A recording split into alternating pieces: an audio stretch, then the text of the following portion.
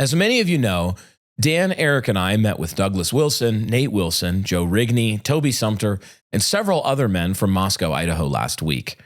That meeting arose because the elders of our church sent a 9-page letter to the elders of Christ Church detailing our concerns with Pastor Wilson's involvement in and handling of the Joel Webbon Tobias situation, as well as his use of the May blog to damage the reputation of other faithful pastors, including Joel Webbon. Our goal in this was to clarify motives and actions taken by Doug and to give him a chance to respond before we said anything publicly. Our desire was to promote peace if possible. Sadly, before and after our meeting, Doug continued to attack the character of Joel, Stephen Wolfe, Eric, and others, whom he called pastorally inept, in a May blog for failing to properly police what he calls dankanons and for engaging in revoice for Nazis. More on that later. Doug confirmed in the meeting that he does in fact believe those charges are true. Yesterday, Doug released another blog post stating that, quote, much like Revoice attempted to keep the door of flamer sympathy cracked open in the PCA, the leadership in Ogden continues to conduct a sympathetic bromance with the cancers of racial spite, malice, vainglory, and pagan tribal hate.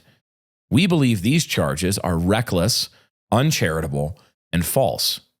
The bottom line is that we simply don't agree about the greatest needs of the hour, a fact which became clear over the course of our lengthy conversation. While Doug and his friends believe that one of the greatest threats to the conservative movement right now is alleged anti-Semitism and Nazism, we believe it to be, on a much more significant scale, the subversion of our historically Christian and Protestant American culture with the slow rot of Gramscian Marxism. Doug and his friends believe that Jews in America, a notoriously left-leaning and left-voting bloc, who turned out for Kamala Harris in the November election in numbers ranging from 70 to even 80+% depending on which surveys you believe, are fed up with liberalism and teetering on the brink of conversion to conservative politics. They believe that the deep state is desperately trying to prevent this from happening by fomenting anti-Semitic rage within the conservative movement. We simply disagree that this is a likely course of future events. We don't see Jews in America suddenly turning from deeply ingrained political action, like their support of transgenderism, LGBTQ, open borders, free pornography, government censorship of social media, and all the rest, to the politics of Christian conservatism, let alone Christian nationalism. This to us seems like magical thinking on a near absurd level. Even worse, it's not just that we disagree with the likelihood of this outcome. It seems rather that anyone acting on the sincerely held belief that this is a highly likely outcome in the near future is in grave danger of being subverted, of living under a leftist gaze, tailoring their actions to ingratiate themselves with one of the most liberal groups in America. Has this kind of tactic worked in the past? Let's test this thinking with a recent example. 83% of black voters punched their ticket for Kamala Harris in the 2024 presidential election. This is consistent with their voting patterns in the previous 3 elections and beyond. Over this time period, a huge amount of energy on the right was spent supporting DEI programs, hunting down white racism, and virtue signaling to the black vote. Just a few examples of this would include Alabama Governor Robert Bentley's 2017 authorization to remove a plaque commemorating Jefferson Davis from an Alabama courthouse, Republican Governor Tate Reeves' 2020 legislation retiring the Mississippi state flag for its inclusion of the Confederate battle emblem, and Mitch McConnell's support for an initiative to rename military bases previously named after Confederate heroes. Did this turn the tide for black voters? Did they suddenly begin to vote Republican, softened by our national self-flagellation?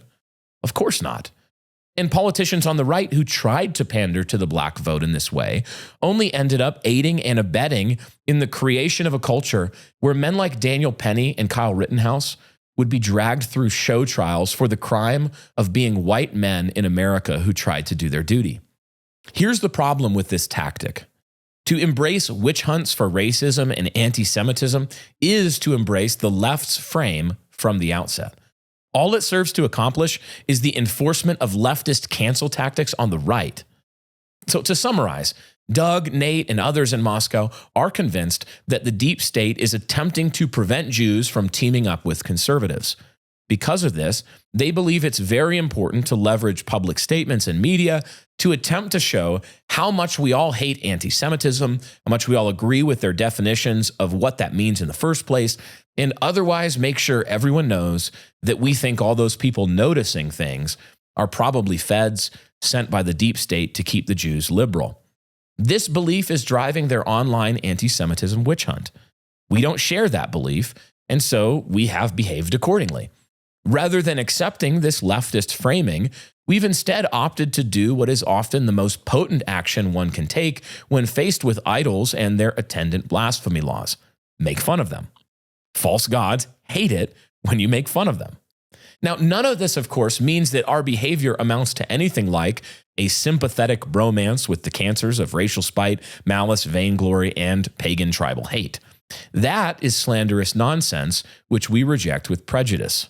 As just one example from a recent piece of alleged evidence of our raging anti-Semitism, Doug points to a video I shared on X. It was a Christian-themed montage contrasting the hateful attacks of leftists against our Protestant and Christian heritage in America with moving scenes of Anglo-Protestant culture. One of the cuts in the video shows one such example of leftist perversion, a brief scene cut from the 2005 black comedy slasher film Santa Slay. The conceit of the movie, written and directed by Jewish filmmaker David Steinman, is as follows. After a millennium of spreading Christmas joy due to losing a bet with an angel, Santa Claus, who in the movie is Satan's only son, by the way, reverts to his demonic self and gives the gift of evil and fear. Following this plot, the demon Santa then goes on a killing spree, murdering lots of people, including a Jewish guy with his own menorah. Now, to be clear, none of this violent stuff was in the video I shared. Instead, it was a brief cut from a scene where the demon Santa walks past a small group of men who are obviously Jewish. In the montage I shared, this scene is immediately followed by a clip of actor and director Mel Gibson from a totally different movie, a scene where he looks back over his right shoulder as if he's noticing the clip that went before and giving it a knowing look. And now to the point. What does this mean? Well, Mel Gibson is quite famous for pointing out the Jewish subversion of Christian culture via the Hollywood film industry, or infamous, I suppose, depending on who you ask. Anyway, put the two scenes together and the point is obvious. We see what you're doing, Jewish Hollywood, and we won't let you get away with it. Christmas belongs to Christ, not blood-soaked Jewish slasher films aimed at blaspheming him and subverting American culture to leftism. Doug's summary of this clip was, let's just say, different. Here is his conclusion about the lay of the land in light of the clip.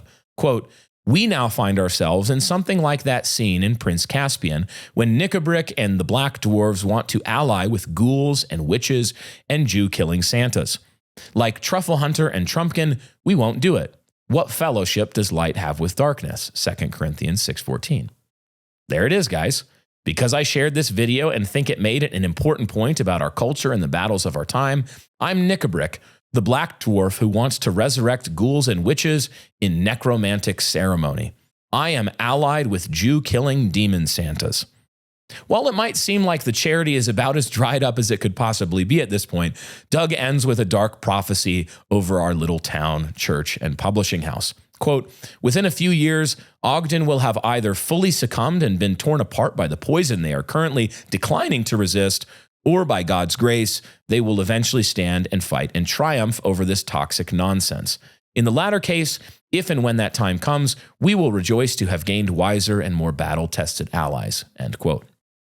It's hard to resist the conclusion that to Moscow, unless we agree with them on their read of the political landscape, their theory of the Jewish vote, their definition of anti-Semitism, the propriety of sharing or not sharing campy white boy summer memes, basically all of their views all the way down the line, then we are poison-drinking knaves teetering at the edge of the abyss. We are deep state stooges feasting on toxic nonsense. The only solution is to flee to the safety of their positions on all these things. The simple problem is that we don't agree with that either. We think there's plenty of room for nuance, disagreements, and all the rest on basically all of these issues. We don't begrudge Moscow for their read, even if we think it's off. I literally don't care if Doug never wears pit vipers or chuckles at a white boy summer meme. Such a thing doesn't keep me up at night. So if I might make a simple request at the end of these introductory remarks, it would be something like this. How about we agree to disagree without the name calling and prophecies of doom? We recorded the episode that follows prior to our meeting in Moscow. We had withheld its release in hopes that the tactics and issues we describe in what follows would be effectively addressed in private. In fact, our hope was that our concerns would be allayed and subsequently that the episode need never be released at all. We believe we were fair and charitable in the episode, particularly in contrast to the name-calling and frankly wild accusations of the aforementioned Mablog. If you followed us throughout this escalating war of accusations, epithets, debates over anti-Semitism, and all the rest over the last months, you know that we've tried hard to avoid unnecessary brother wars. This hasn't been easy, as accusations and epithets have been publicly attached to our names by several prominent leaders. But in consultation with our session, it seemed necessary to exercise patience. However, in light of these continued and very much public attacks on our good names, we believe it necessary to release the episode now. In what follows, we hope you'll discover that, much to the disappointment of our assigned federal agents, we are neither Nazis nor men content to live under the leftist gaze.